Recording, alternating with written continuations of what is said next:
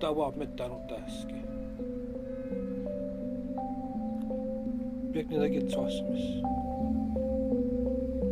Tämäkin niin. Tämäkin hittiin niin pinätumusta etaan. Oikein simanttu. They're taking me away from mommy, I'm confused. And they're telling me it's best for me. Ohana broke the rules. See, he spoke to me in dialect they couldn't understand. They hit him in his face and now his blood all on. Music is everything. And it doesn't feel like work. Like I could be in the studio for 6 hours and I look at my watch and it feels like it was like 20 minutes. It's just, it doesn't feel like I'm working. I really fucking went in, like every single line was calculated and like, I've been kicking rhymes like I've been in a dojo, like just that. And I said, all that talk is cute, but you're gonna have to show me if you want to say you're the best. Like, you want to say you're the best? Show me. Like, out-rap me. I think the reason that I stand out as a rapper, and obviously this might be a little biased because I'm talking about myself, but I just write real. And I just feel like that's so not typical these days. Not only just because being a rapper, you got to put on a front or whatever. I just think it's hard for people to have like integrity with their music because when you do that, you have to be so vulnerable. And I feel like that's so hard for people. And not just nowadays, I just think that's human nature is like being vulnerable is like, it's a really hard thing, you know? And I feel like that's kind of what separates my music. If you listen to it, you'll hear like, I talk about things that are tough to talk about, don't get me wrong. Like I have a song about my eye and stuff like that, but I feel like it's part of the reason why when you listen to my music, you know that it's genuine, it's authentic.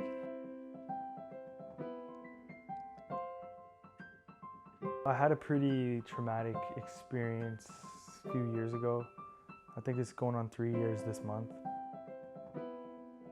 Ultimately, I ended up losing my eye, but the story is like I was kind of in a very dark place, like mentally. I was pretty depressed. I was drinking like every day and just kind of on this kind of war path, like destructive path. And I always like still, even in that, you know, space that I was in, I was still writing and still rapping, but I was just drinking a lot and just wasn't very focused on myself. And so after that happened, I mean, I'd be lying if I said it didn't kind of push me down a bit further.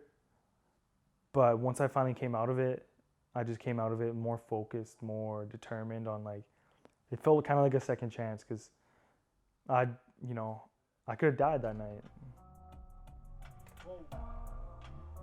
I wrote a song called Long Night. It was the story of the evening and the night. It's pretty much detailing from the moment my friend called me when I was with my other buddy, called me on the phone saying, hey, you know, I broke up with my girlfriend, I need you, like I need the boys, to me waking up in the hospital bed the next morning and then detailing all that. And then pretty much just me coming to the realization at the end of the song about how like I have a line saying that alcohol already took my eye, what's next, my life? And then I say, so let my eye be my sacrifice, not to regret my life. And by that line, I'm saying, okay, you know what, alcohol, like you took my eye, that's my sacrifice to you for me to not regret my life. Because I didn't want to wake up 45 years old, drank the last 20 years of my life and wishing I went for my music passion or wishing I didn't waste my life, you know? So my eye was sort of my sacrifice to do what I'm doing now. Listen to this magic, boys.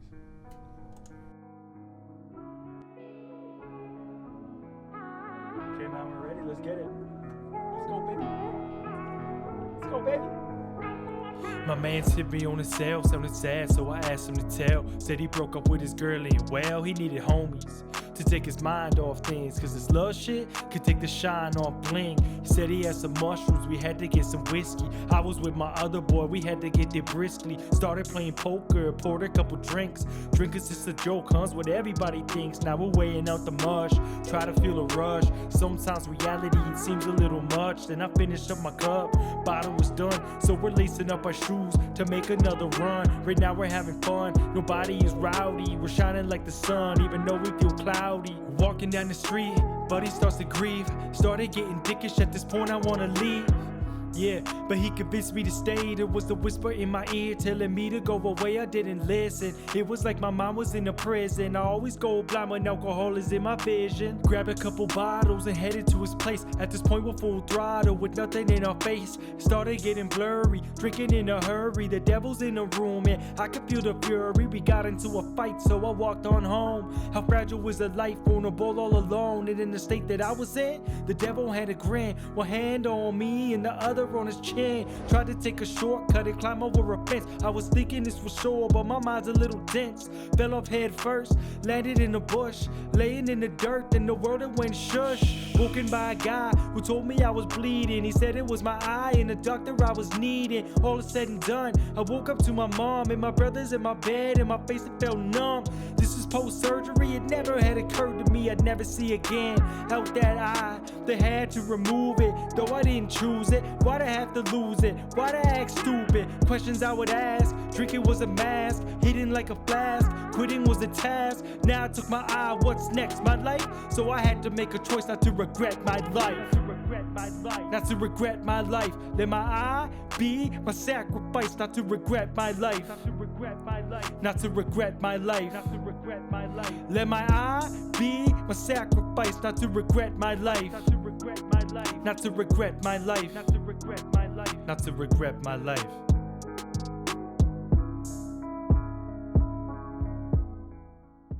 For the first week or two after I lost my eye, I was sitting in bed like playing a victim. I was like, how could God let this happen to me? How could life, like, it's my fault. And you know, I had to man up and say, yo, it is my fault. And after I kind of changed my thought process on it, everything kind of just started to fall into place. And ever since then, my life's changed because, you know, you're not a victim. The world is not out to get you. Like, you got to leave that mindset behind. And if you do, like, watch how your life changes.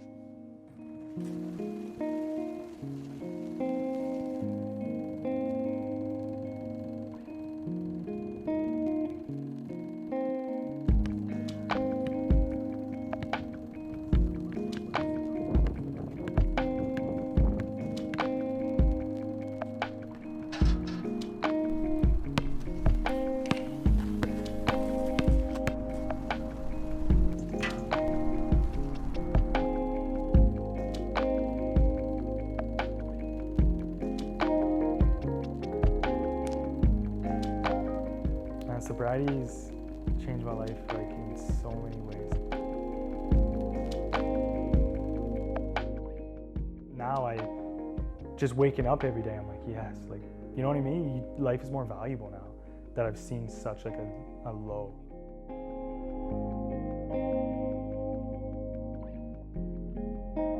When I pray, I don't ask for things I want. I say thank you for things I have.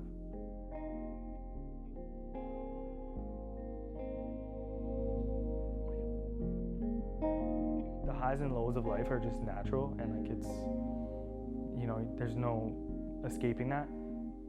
But it's like, it's not really about what happens, it's about how you deal with it.